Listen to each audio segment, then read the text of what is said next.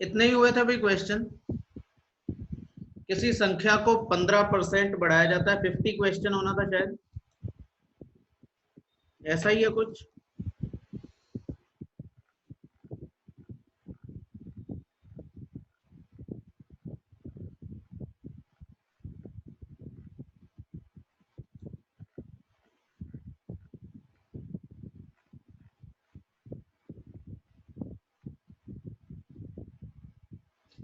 Question number 50 देखें भाई, दिया है कि किसी संख्या को 15% बढ़ाया जाता है, फिर 25% घटा दिया जाता है, तब संख्या मूल संख्या से 22 कम हो जाती है। मूल संख्या क्या है? देखो भाई, दो तरीके से इस क्वेश्चन को कर सकते हैं, जैसे आपको ठीक लगे। कोई x से ज्यादा आसानी से हो जाता है, कोई 100 से ज्यादा आसानी से हो जाता है, डिपेंड करता है कि किसमें कैलकुलेशन कैसे। देखो भाई, आसान है सवाल, आप ऐसे कर सकते हो। आवाज आ रही है भाई? कोई हाय हेलो कुछ भेज दो, पता लगे कि आवाज आ रही है।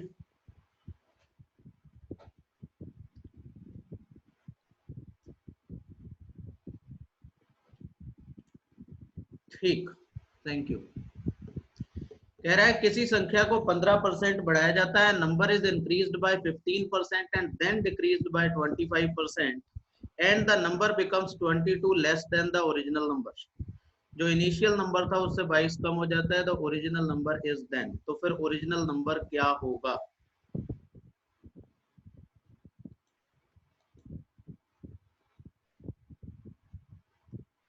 ये क्या हो गया?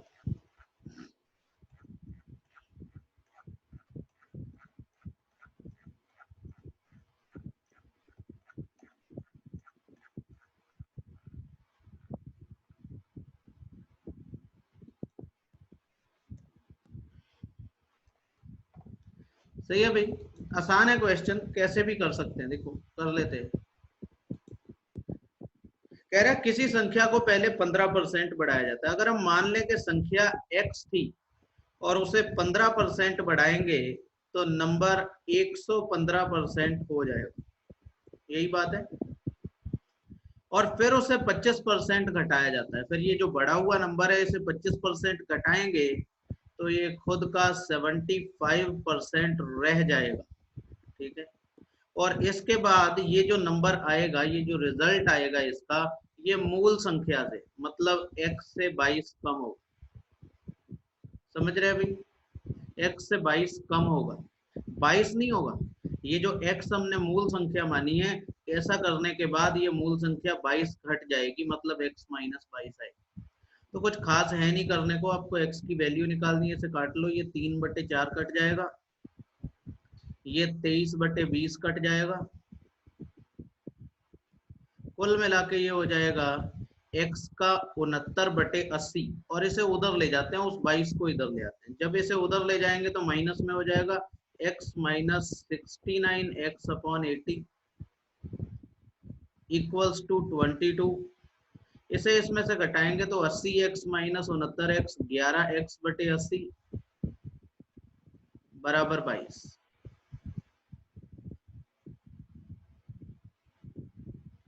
तो 11 से इसे काट दो, दो, आंसर आ जाएगा 160। 80 दूनी 160। सही है भी, सबका आंसर सही है। ललित, रूप, आयुष, सलोनी, अनुभव, सबका आंसर सही है।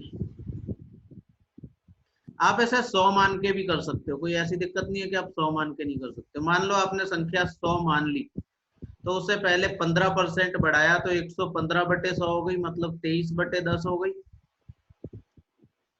23/20 हो गई।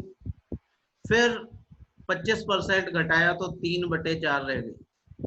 ठीक है, आप इसे काट ले, ये 5 बार कट जाएगा इससे। 23×5 115, 115 तिया 345, 345/4। चाहो तो 4 से इसे काट लो, 4×8 32, 4×6 24, प्लस 4×2 8, 4×5 20।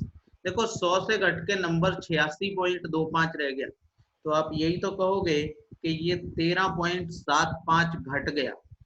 और इस 13.75 की वैल्यू आपको 22 दे रखी है और आपसे 100 की वैल्यू पूछी। समझ रहे हैं ना?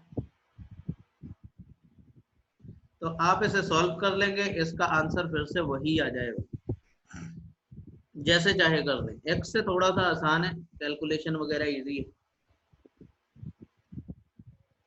कोई दुश्मनी नहीं है हम लोगों की एक्स से, आप इस बात को ध्यान से रखें। हमारा काम है क्वेश्चन को इजीली सॉल्व करना, इस बात से ज्यादा फर्क नहीं पड़ता कि हमने किससे किया, जरूरी है कि वो आसानी से होना चाहिए। कुछ टीचर्स की एक्स से बड़ी दुश्मनी है, चाहे वैसे कितना भी खींच ले लेकिन एक्स से नहीं करेंगे। हमारे साथ ऐसा नहीं है, जो जैसे हो जाए, ज्यादा आसान होना चाहिए। देखो भाई, एक व्यक्ति को उसके 1/4 भाग धन पर 3% ब्याज, 2/3 भाग पर 5% ब्याज और बाकी पर 11% ब्याज मिलता है, तो पूरे धन पर उसे कुल कितने प्रतिशत ब्याज प्राप्त होता है? If a man receives on 1/4 of his capital 3% interest, on 2/3 5% and on the remaining 11%, the percentage interest he receives on the whole is 5% आ रहा है अभी आंसर आपका। प्रीति, प्रज्ञा देख लेते हैं। देखो भाई, 1/4 भाग पर 3%, इसे भी दो तरह से आप कर सकते हो क्वेश्चन, दो तरह से। 1/4 भाग पर 3% ब्याज मिला है तो हम 1/4 ही मान लेते हैं, इस पे 3% ब्याज।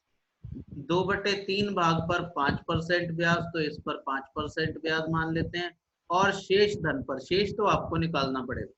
देखो, अगर 1/4 ये है, 2/3 ये है, इन दोनों को अगर जोड़ दें तो 1/4 प्लस 2/3 कितना हो जाएगा?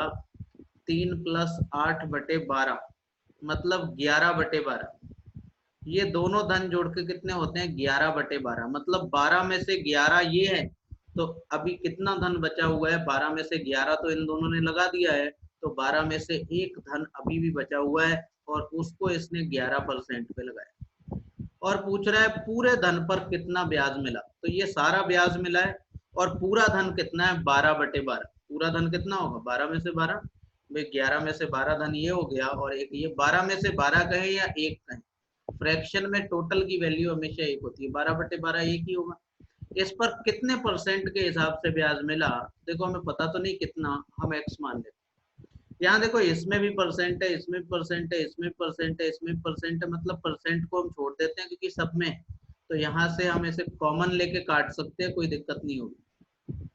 अब देखो सॉल्व कर लो इसे, ये 3/4, ये 10/3, ये 11/12, तो आपको एलसीएम लेना पड़ेगा, कितना? 12।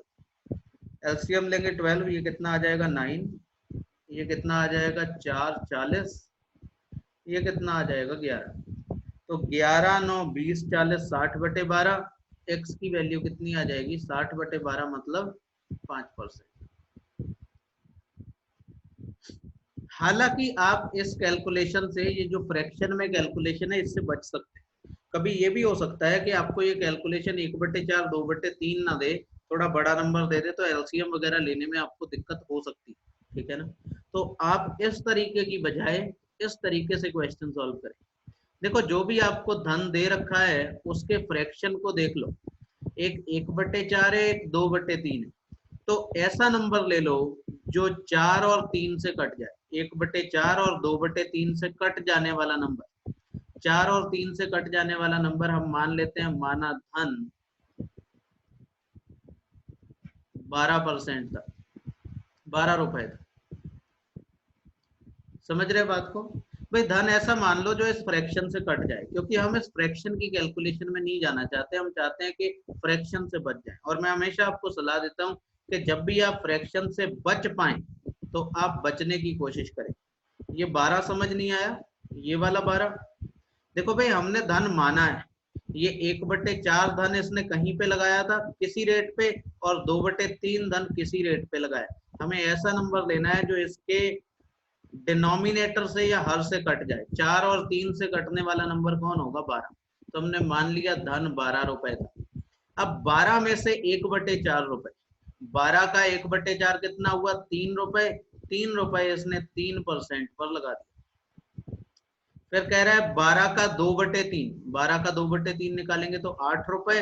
8 रुपए इसने 5% पे लगा दिया। ये तो दिमाग में सोच लेना है कि हमने 12 माना है। और शेष धन, अब देखो 12 में से 8 ये 3 ये 11 निकाल दें तो बचा एक, इसे इसने 11% ब्याज पर लगा दिया। तो पूछ रहा है टोटल पर, टोटल मतलब 12 पर किस दर से ब्याज मिला, समझ रहे हैं ना, किस दर से ब्याज मिला इस पूरे पे। तो कुछ भी नहीं है, आप इसे सॉल्व कर लो। 3 3 9, 8 5 40, 40 11, 11 9 20, 40 60, 60 बराबर 12x, 12x का मतलब इस 12 से इसे काट दो 5, x की वैल्यू 5%।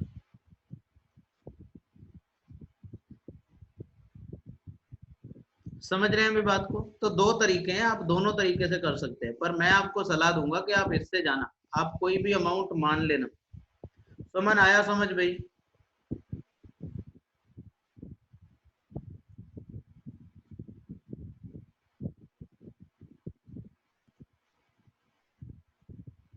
ठीक, आगे बढ़ते हैं। किसी और को कोई डाउट हो इसमें?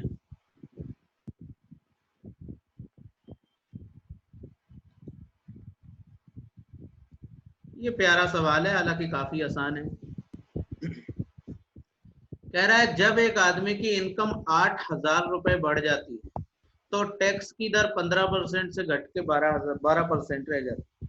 देखो इसकी तो बल्ले बल्ले होगी, एक तो इसकी इनकम बढ़ गई, दूसरा टैक्स की रेट घट गई, और दोनों स्थितियों में समान टैक्स अदा करता है। मतलब जितने रुपए टैक्स उसका पहले जाता था उतने ही रुपए जाता था, जबकि टैक्स बढ़ना चाहिए था क्योंकि पैसे बढ़ गए। आमदनी बढ़ेगी तो टैक्स भी बढ़ेगा, ठीक है ना।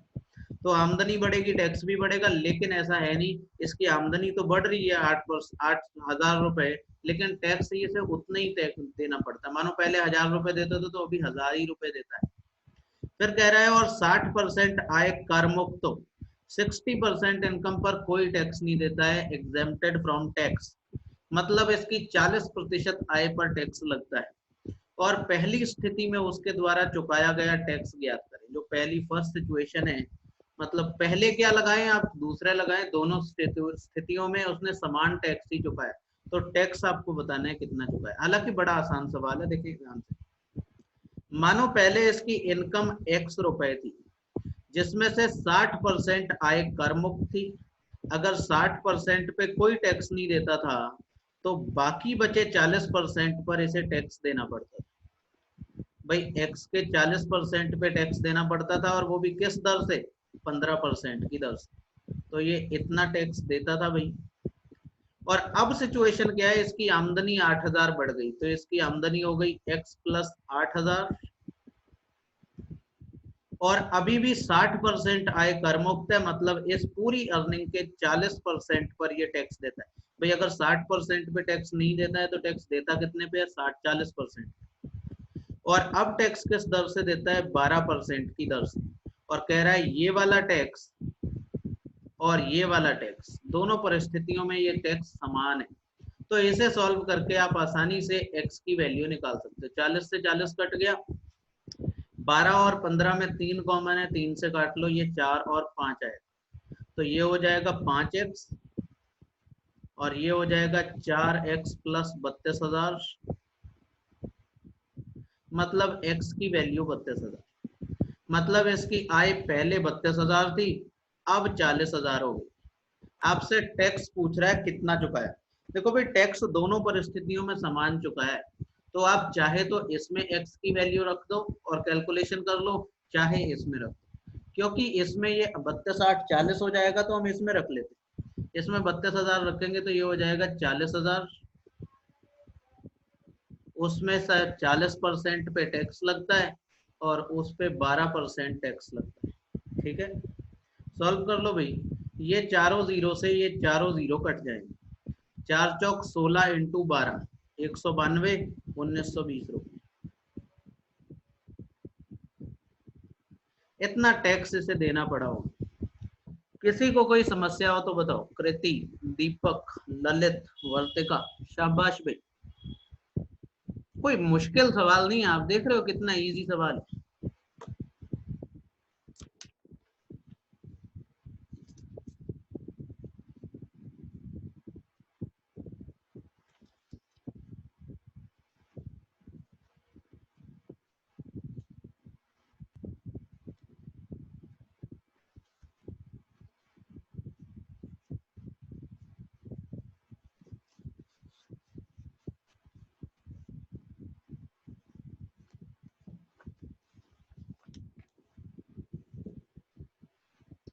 सही है भाई।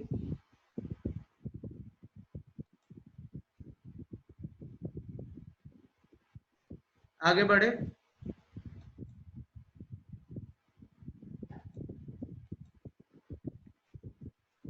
ऐसा सही सवाल है, थोड़ा सा अलग है, ना के बराबर ही अलग है।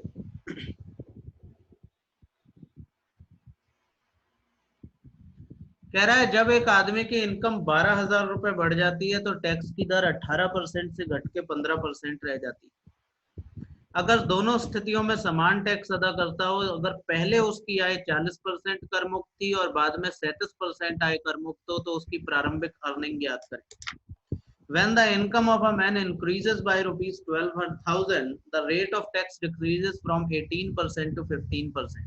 He pays equal amount of tax in both situations, whereas his 40% of income as exempted from tax previously, and now his 37% income is exempted from tax. Then find his initial income. 40% of income is exempted from tax होना चाहिए यहाँ पे।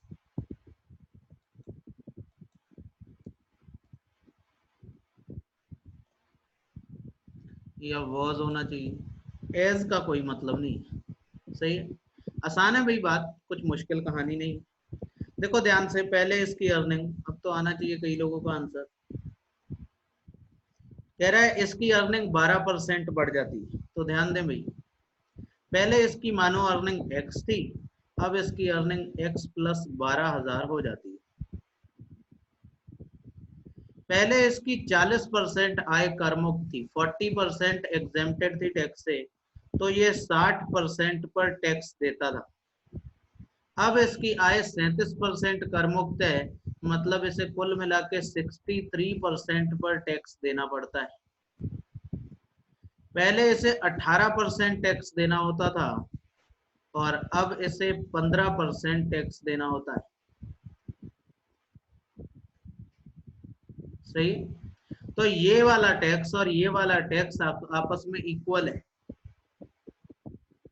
सही, काट लें इसे, जो cut जाए 15 से, देखो ये 60 पूरा पूरा कट जाएगा, 3 से ये 6 बार कट जाएगा, 3 से ये 21 बार कट जाएगा। इन्हें गुणा कर ले, 4 छंग 24x 24x, 21 से अंदर गुणा कर दें, 21x प्लस 21 गुणा 12,000। जब भी आपको लगे कि बाद में कुछ वैल्यू कट जाएगी, तो आप कभी भी गुणा ना करें। गुणा तब करें जब वो नंबर अपने ऐसी सिचुएशन में आ जाए जब गुणा करना ही पड़े। देखो 21x इधर जाएगा तो 24 में से घट जाएगा, 3x बचेगा, 3x बराबर 12 गुणा या 21 गुणा 12,000। अब इसे काट लो, देखो 3 से ये 7 बार कट जाएगा, 12 सत्ते 84, 84,000। इस बार उसकी इनकम पूछी, तो इनकम उसकी 84,000 थी, टैक्स नहीं पूछा है। कृति, प्रज्ञा, सलोनी, तुषार, आयुष, सुमन, दीपक, वर्तिका आ गए भाई आप लोग फॉर्म में, मुझे खुशी है।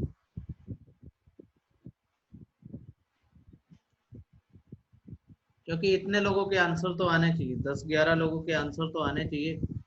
बाकी 10-11 ऐसे भी हैं जो पकौड़े खा रहे हैं, साथ ही साथ चाय पी रहे हैं। ऐसा ही है भाई, आप लोग भी ध्यान दें। देखो एक क्लास में एक और स्टार्ट करने की सोच रहा हूँ, जल्दी स्टार्ट करूंगा। वो मैथ्स में बिल्कुल बेसिक, जैसे टीईटी वगैरह में एग्जाम में क्वेश्चन आते हैं, जैसे बहुत बेसिक क्वेश्चन होते हैं, जिन लोगों ने कभी पढ़ा नहीं, उन लोगों के लिए, ठीक है ना। दीपक कह रहे हैं ऐसा ही है, मतलब आप पकौड़े खा रहे हैं। सही,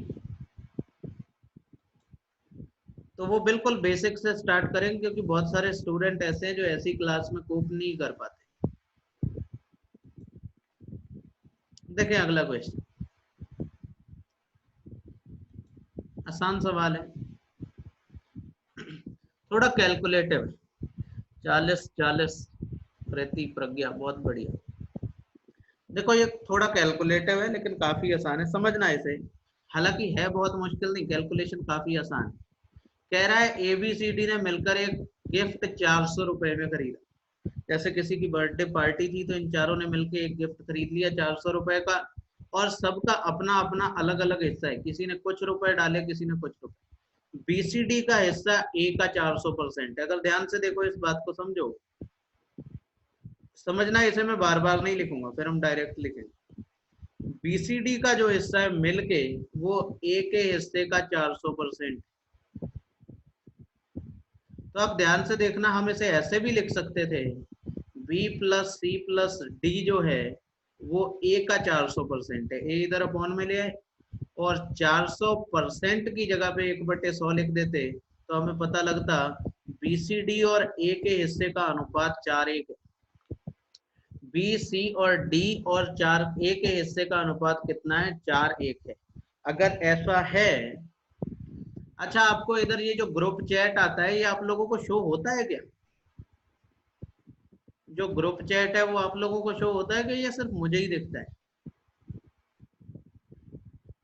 सही है, तो ये देखो बी सी डी और ए के हिस्से का जो रेशियो है वो 4:1 है। अच्छा आपको भी होता है, ठीक है।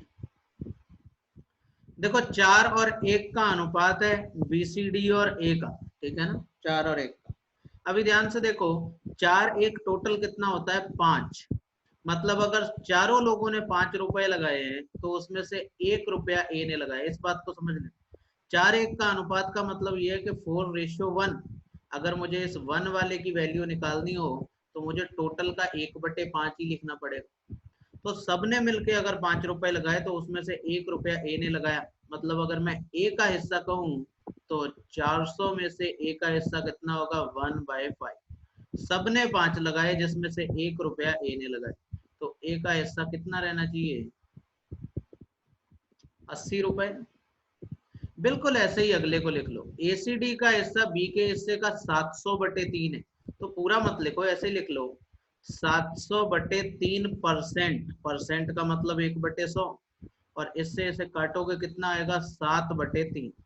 पूरा मत लिखो, ये जो इधर लिखना है आपने वो क्यों लिखोगे? समझ रहे? मत लिखो इसे, ऐसे लिखो 7:3 का रेशियो है जिसमें ये नीचे वाली वैल्यू बी का हिस्सा है। देखो इधर बी का हिस्सा, तो बी का हिस्सा है कितने में से? टोटल 10 में से 3 रुपए बी लगाता है। इसका मतलब बी का हिस्सा होना चाहिए 400 का 3/10। 400 का 3/10, तो इसका हिस्सा कितना होगा? 120 रुपए। ऐसे ही सी का हिस्सा देखो, एबीडी का हिस्सा सी के हिस्से का 300/2% है। अगर 300/2% में परसेंट की वैल्यू लगा देंगे तो ये 3/2 आएगा। और 3/2 का मतलब क्या? टोटल 5 में से 2 हिस्से किसके हैं? सी के। 5 में से 2 हिस्सा सी का, तो सी का टोटल कितना रहेगा? 400 का 2/5। तो ऐसे इससे काटेंगे, 8 दूनी 16, 160 रुपए इसकी धनराशि आ जाएगी, ठीक है ना। 160। अब तीनों का हिस्सा जोड़ दो, कितना होता है? 200 ये, 160 ये, 360। अगर इन तीनों ने 360 रुपए लगाए हैं तो बाकी बचे हुए 40 रुपए किसने लगाए होंगे? डी ने। तो वो डी का हिस्सा पूछ रहा है। देखो टोटल 400 का गिफ्ट था और इन तीनों का हिस्सा 360 है, तो 400 में से 360 घटा दो, बाकी के 40 रुपए किसने लगाए हैं? सी ने।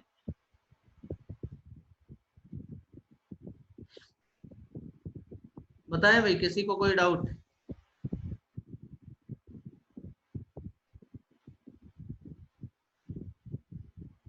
कोई डाउट नहीं है? सही, आगे बढ़ चले भाई।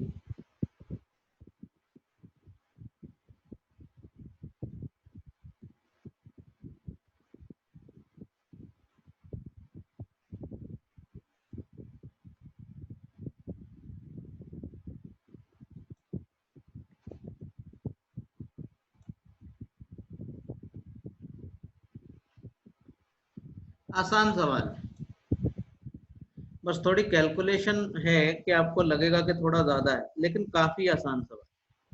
एक परिवार 50 किलो गेहूं और 40 किलो चावल का उपभोग करता है। मतलब कंजप्शन इनके यहाँ क्या है? 50 KG wheat and 40 KG rice in a month. फिर कह रहा है चावल की कीमत गेहूं की कीमत का 120% है। चावल की कीमत गेहूं की कीमत का 120% है। मतलब यहाँ से हम चावल और गेहूं की कीमत का अनुपात निकाल सकते हैं। दोनों पर परिवार का कुल खर्च 980 रुपए है। मतलब पूरे महीने में इन दोनों चीजों पर 980 रुपए खर्च होते हैं, मतलब दोनों की मिला के कीमत इतनी। अगर गेहूं की कीमत 20% बढ़ जाए, 20% इंक्रीज कर दी जाए, तो चावल की खपत कितनी कम करनी होगी अगर कुल खर्च और गेहूं की खपत समान रहे?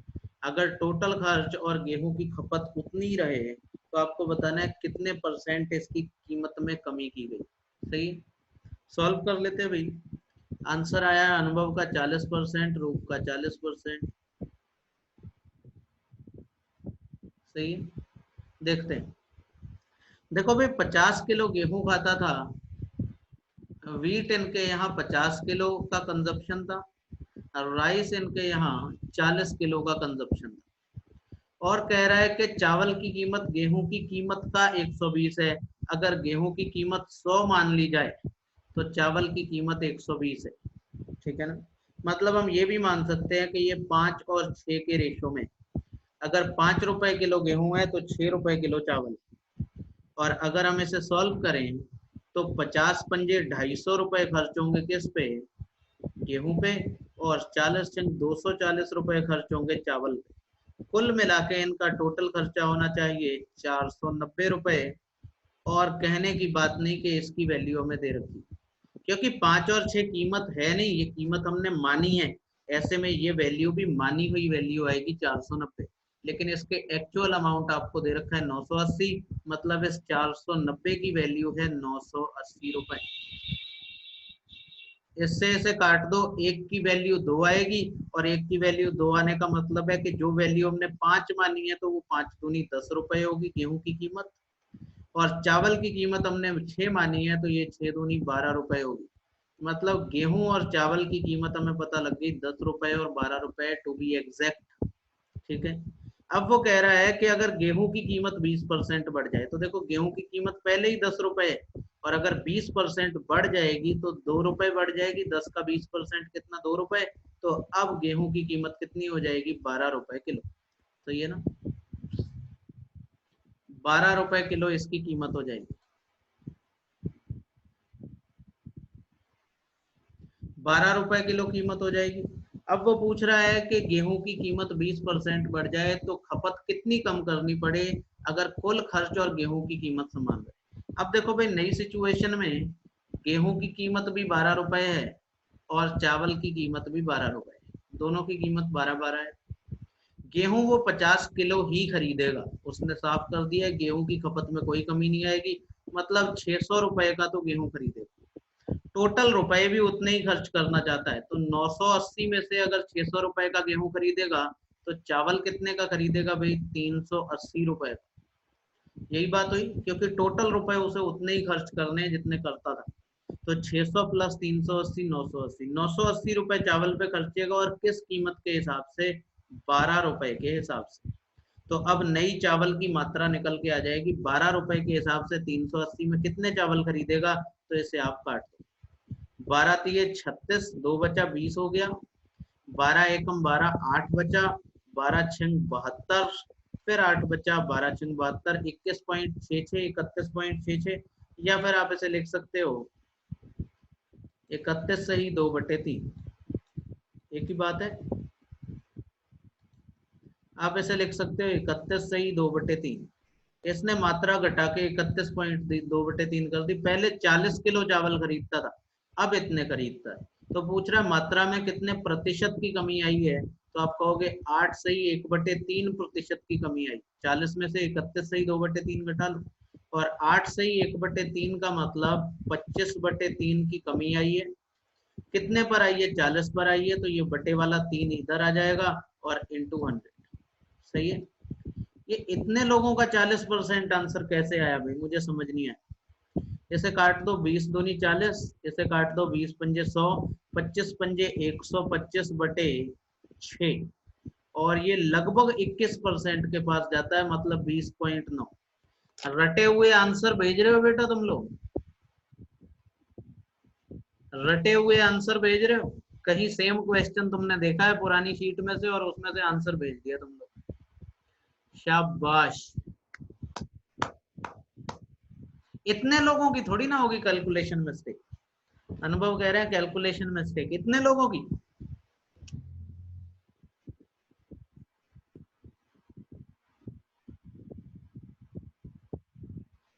क्योंकि जो मेन क्वेश्चन है यहाँ जहां से ये लिया है उसका आंसर 40% ही था।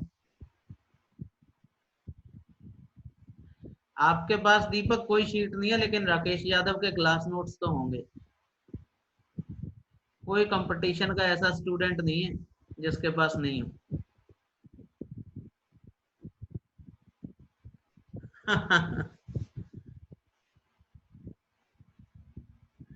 कोई बात नहीं।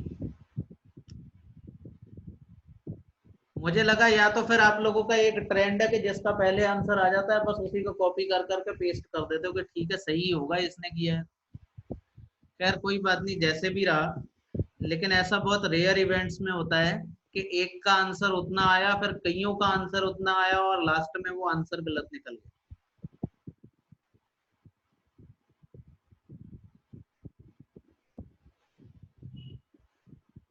सही। दीपक कह रहे कोई नोट्स नहीं है, सिर्फ करियर पावर में गया था।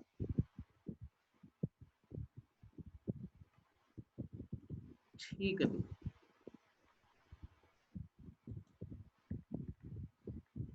करियर पावर वाले बहुत है हमारे यहाँ, ज्यादातर करियर पावर वाले ही है। कृति का सही था आंसर। सही बात है।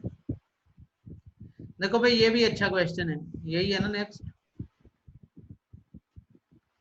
हाँ देखो देखो, सॉल्व करो ध्यान से देखो। महिंद्रा भी है सर, नहीं महिंद्रा तो अब लगभग बंद हो चुकी है, महिंद्रा के तो अब स्टूडेंट कम ही आते हैं। मोस्टली करियर पावर वाले ही आते हैं हमारे यहाँ। एनबीए भी लगभग बंद हो गई है, या करियर पावर वाले आते हैं या वो आते हैं जो दूसरी जगह से फ्रस्ट्रेट हो जाते हैं। सही है भाई। देखो ध्यान से देखो। कह रहा है कि माइक का मालिक प्रतिवर्ष उसकी आय x% बढ़ाता है, तो x का मान ज्ञात करें यदि उसकी आय 2 वर्ष में दोगुनी हो जाती है। बहुत बढ़िया क्वेश्चन।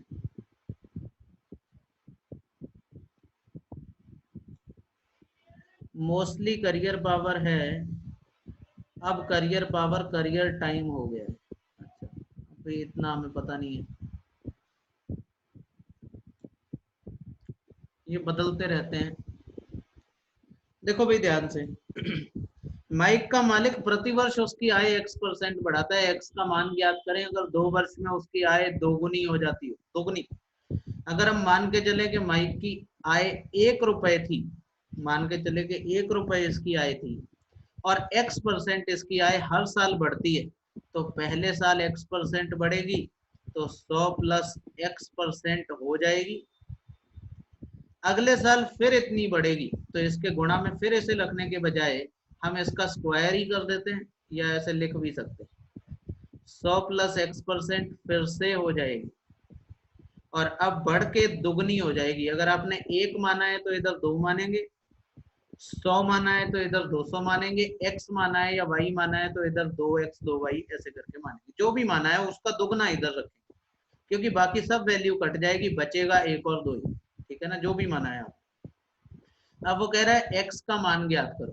तो देखो भाई ये 100 और 100 की गुणा हो जाएगी 10,000, और 10,000 इधर गुणा कर लेगा 20,000 हो जाएगा, और इन दोनों की गुणा हो जाएगी तो ये 100 + x का होल स्क्वायर। तो 100 + x का होल स्क्वायर खोल दो आप। ठीक है ना, 100 + x का होल स्क्वायर खोलेंगे तो a का स्क्वायर मतलब 100 का स्क्वायर 10,000 प्लस b का स्क्वायर मतलब x स्क्वायर प्लस 2ab मतलब 200x बराबर ये 10,000 की 2 से उधर गुणा होगी तो 20,000।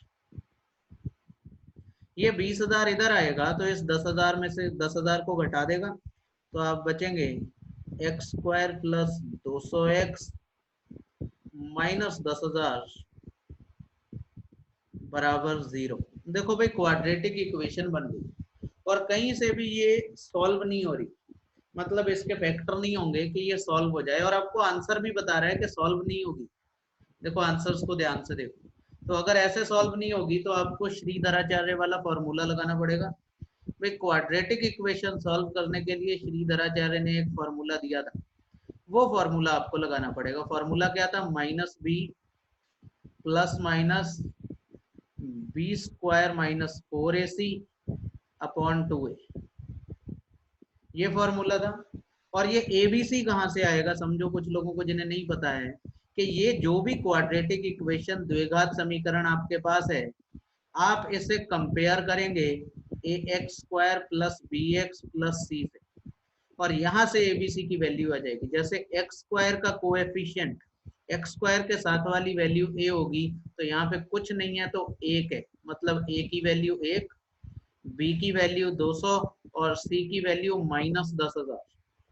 सी की वैल्यू -10,000, ध्यान देना, क्योंकि यहाँ पे प्लस होना चाहिए था, अगर प्लस नहीं है तो ये -10,000, और इस वैल्यू को हम इसमें पुट कर देंगे। बी की जगह पे 200 रखेंगे तो ये कितना आ जाएगा, -200,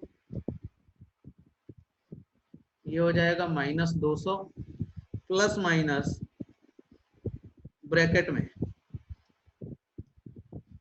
बी स्क्वायर माइनस ए सी। बी स्क्वायर मतलब 200 का स्क्वायर, 200 का स्क्वायर कितना हो जाएगा, 200 गुणा 200 40,000,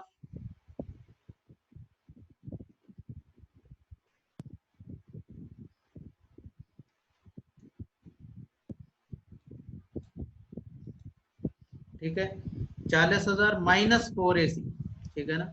अब देखो ये जो -4AC है ये प्लस हो जाएगा क्योंकि सी की वैल्यू माइनस में, और ए तो कुछ है नहीं तो -4C होगा, तो माइनस माइनस प्लस हो जाएगा, तो ये प्लस 10,000 की 4 से गुणा करेंगे 40,000,